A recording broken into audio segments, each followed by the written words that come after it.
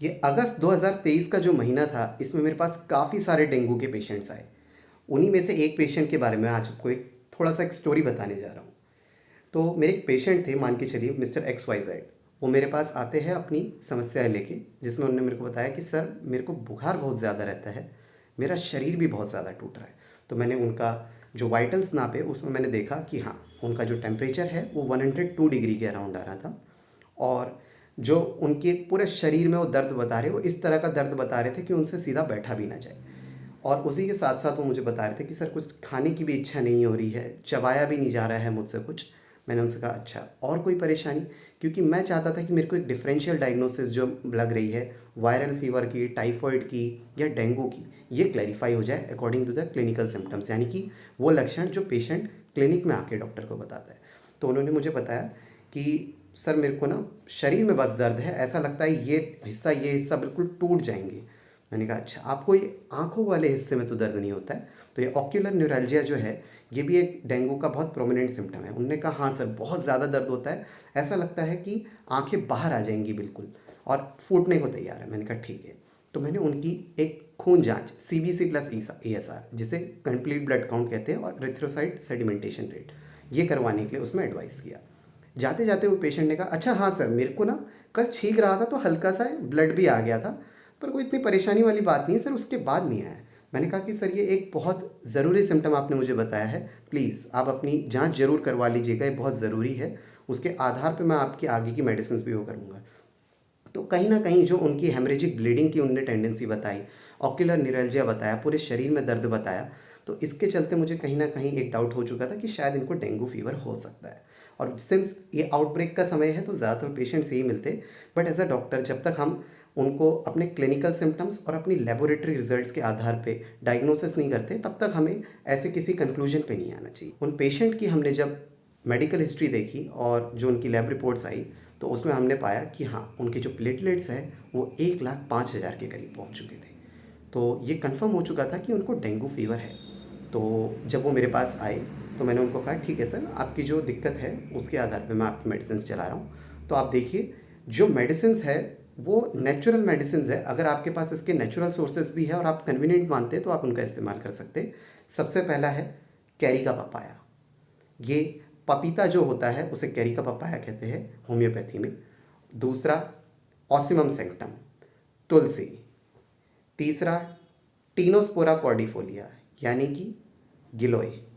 और चौथा जो है, हमारी एक होम्योपैथी में मेडिसिन चलती है यूपटोरियम परफोलिएटम नाम से। तो ये काफ़ी कारगर मेडिसिन है जब आपको डेंगू फीवर या ऐसा फीवर जिसमें बोन ब्रेक फीवर की फीलिंग आए, तो ये मेडिसिन का भी आप इस्तेमाल कर सकते हैं। और अक्सर होता क्या है कि नेचुरली आप इन चीज़ों को लेने की कोशिश करते हैं तो आपका जो गट है वो शायद इनको पूरी तरह से एब्जॉर्ब ना कर पाए, या आप उतना कन्वीनियंट ना माने, या फिर आपको लगता है कि ये बहुत ज़्यादा एक्सपेंसिव हो जा रहा है या आपके पास अवेलेबिलिटी नहीं है। तो ऐसे में होम्योपैथी में बहुत ज़्यादा कन्वीनियंट रहता है कि आप इनके मदर टिंचर्स, यानी कि जो इनके अर्क हैं, उनका इस्तेमाल करें। तो फिर आप Tinospora cordifolia, Ocimum sanctum, Carica papaya और यूपटोरियम परफोलिएटम, ये चारों के मदर टिंचर्स को आप इस्तेमाल कर सकते हैं। एंड फ्रीक्वेंट रिपीटेशन में इसका इस्तेमाल कीजिए, दिन में 4 से 5 बार। और इनके 20 to 30 ड्रॉप्स अगर आप दिन में 4 से 5 बार लेंगे तो आप धीरे धीरे महसूस करेंगे कि हाँ, आपकी परेशानियाँ कम हो रही है। तो मेरे यही वाले पेशेंट थे, इन्होंने 1 वीक के लिए मेडिसिन चलाई और उसके बाद जो उनकी रिपोर्ट्स आई थी, उनके प्लेटलेट्स बड़े हुए आए थे। सो उसका एक टेस्टिमोनियल वीडियो मैं आपको इसी के बाद शुरू करके दिखाता हूँ। तो जैसा कि आप देख सकते हैं, 23 अगस्त 2023 को हमने पेशेंट की जो खून जांच करवाई थी, उसमें प्लेटलेट काउंट उसका 1,05,000 के लगभग आया है। तो इसके बाद हमने जो उसकी होम्योपैथिक दवाइयाँ चलाई, जिसके चलते अब उनको सभी लक्षणों में आराम है। और उनकी जो लैब रिपोर्ट्स, यानी कि जो आगे की खून जांच की रिपोर्ट है, जैसा कि आप देख सकते हैं, 1 सितंबर 2023 को उनका प्लेटलेट काउंट 1,84,000 पे आ गया है। अब उनको अपने लक्षणों में और लैब रिपोर्ट्स में दोनों में आराम है। तो जैसा कि आपने देखा, डेंगू फीवर जो कि वायरल है, एक तरह का वायरस से होने वाला फीवर है, ये किस तरह से आपकी प्लेटलेट्स को बहुत जल्दी गिरा देता है, लेकिन मेडिसिन के सही चुनाव और सही समय पे इसकी पहचान हो जाने पर किस तरह से हम इससे रिकवर भी कर सकते हैं।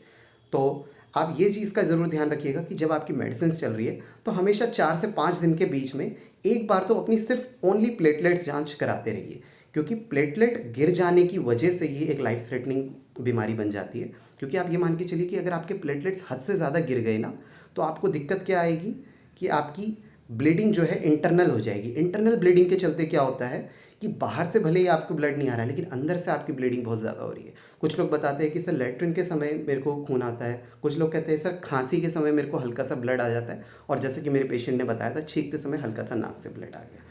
तो ये सारी चीज़ें क्या है, ये सारी की सारी चीज़ें प्लेटलेट्स की कमी के होने के चलते, जो आपके क्लॉटिंग नहीं हो पा रही थी उसके चलते ब्लीडिंग आपकी कंटिन्यूस थी। और आप देखेंगे कि ऐसे लोगों के शरीर में बहुत छोटे छोटे लाल रंग के दाने ढेर सारे क्लस्टर में बन जाएंगे, जिसे हम रैशेस कहते हैं। ये डेंगू रैशेस होते हैं। तो इस तरह के कोई भी लक्षण अगर आपको आते, प्लीज़ अपनी प्लेटलेट की जांच करवाइए। और 80 से 90 हज़ार अगर आपके प्लेटलेट हो गए, सो प्लीज़ आप कोशिश कीजिए कि आप हॉस्पिटलाइज्ड हो जाए, क्योंकि ऐसी सिचुएशन आती है जिसमें बहुत जल्दी प्लेटलेट गिरते हैं। तो आपके अगर 50-60 हज़ार के करीब अगर प्लेटलेट आ गए, तो आपको प्लेटलेट का ट्रांसफ्यूजन कंपलसरी हो जाता है। और प्लीज़ उस समय ये मत देखा करिए कि क्या पता मैं मेडिसिन से ठीक हो जाऊं, या डाइट से ठीक हो जाऊं, या कोई अन्य तरीके से अपने आप ठीक हो जाऊं।